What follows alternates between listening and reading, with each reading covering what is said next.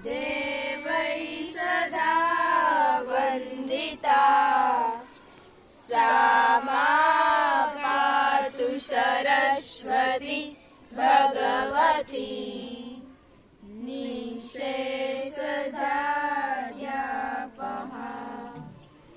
ऋषि मुनि ने देखा था सपना, वेद पुराण अपनाया जग ने, जिससे निकला नाट्य शास्त्र अपना। भरत मुनि ने सूत्र बनाए, आंगिकम वाचिकम आहार्य सच्चिकम, यही तो है अपना वसुधैव कुटुंबकम। प्रणाम स्वीकार करें मुनिवर। सदा स्नेही बने रहे ऋषिगण। बताइए किस प्रयोजन से आना हुआ? हे मुनिवर, जब से आपने नाट्य शास्त्र की रचना की है तब से हमारे हृदय में कई सारे प्रश्न हो रहे हैं। उसी प्रश्न का उत्तर लेने के लिए आज हम आपके पास आए हैं। पूछिए, निसंकोच से पूछिए। गुरुदेव, नाट्य शास्त्र की उत्पत्ति कैसे हुई, उसका उद्देश्य क्या है? यह आपने बहुत अच्छा प्रश्न किया। यह प्रश्न केवल नाटक को नहीं बल्कि जीवन के सार को समझने का माध्यम है। जब त्रेता युग में मनुष्य काम और लाभ से वशीभूत होकर अधर्म और संघर्ष के मार्ग पर बढ़ने लगे, तब इंद्र ने ब्रह्मा जी से प्रार्थना की कि कोई ऐसा माध्यम हो जिससे देखना और सुनना एक साथ हो। इसीलिए ब्रह्मा जगत पिता ने चारों वेदों को मिलाकर नाट्य वेद की उत्पत्ति की है, जिसके प्रयोग का शास्त्र नाट्य शास्त्र है। लेकिन गुरुदेव, वेद तो ज्ञान के भंडार है, जगत का रहस्य छिपा है उनमें। वेद तो स्वयं में इस उद्देश्य की पूर्ति के लिए पर्याप्त है, तो फिर ये नया वेद क्यों?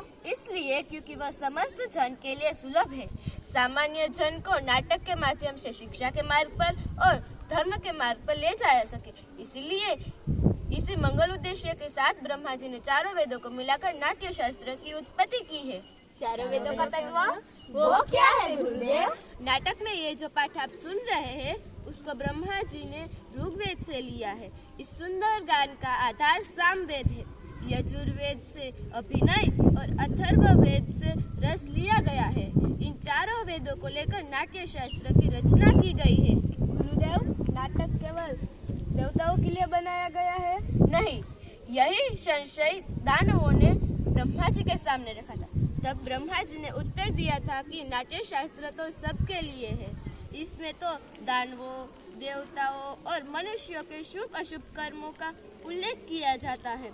इसमें तो त्रिलोक्य का अनुकीर्तन भी है। ये तो दुख से, थकावट से और शोक से पीड़ित लोगों को विश्राम देने वाला होता है। अद्भुत! समस्त सृष्टि का समावेश वैशालौकिक और अलौकिक भी धर्म भी समावेश लौकिक भी बहुधर्मी सारे प्राणियों की प्रतिनिधि कला। हाँ ऋषिगण, हम नाट्य को कलाओं का उद्गम भी कह सकते हैं और कलाओं का संगम भी कह सकते हैं।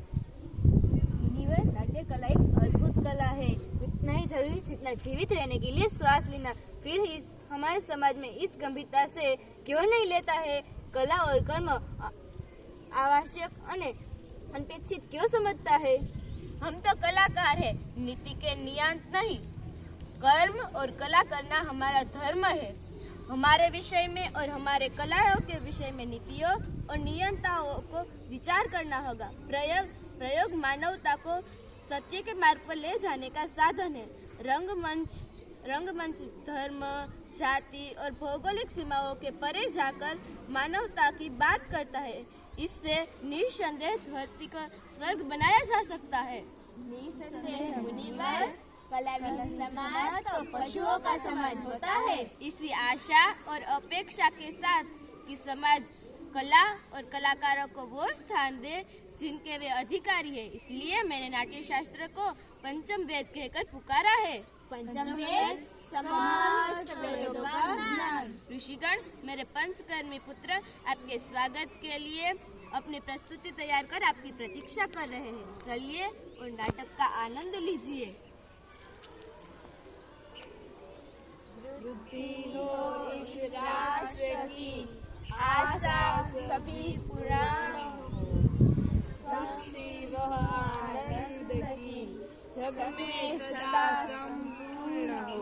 धरती सदा फूले फले, ऊपर विशाल आकाश हो, सज्जन रहे निर्भय सदा, व दुर्जनों का नाश हो।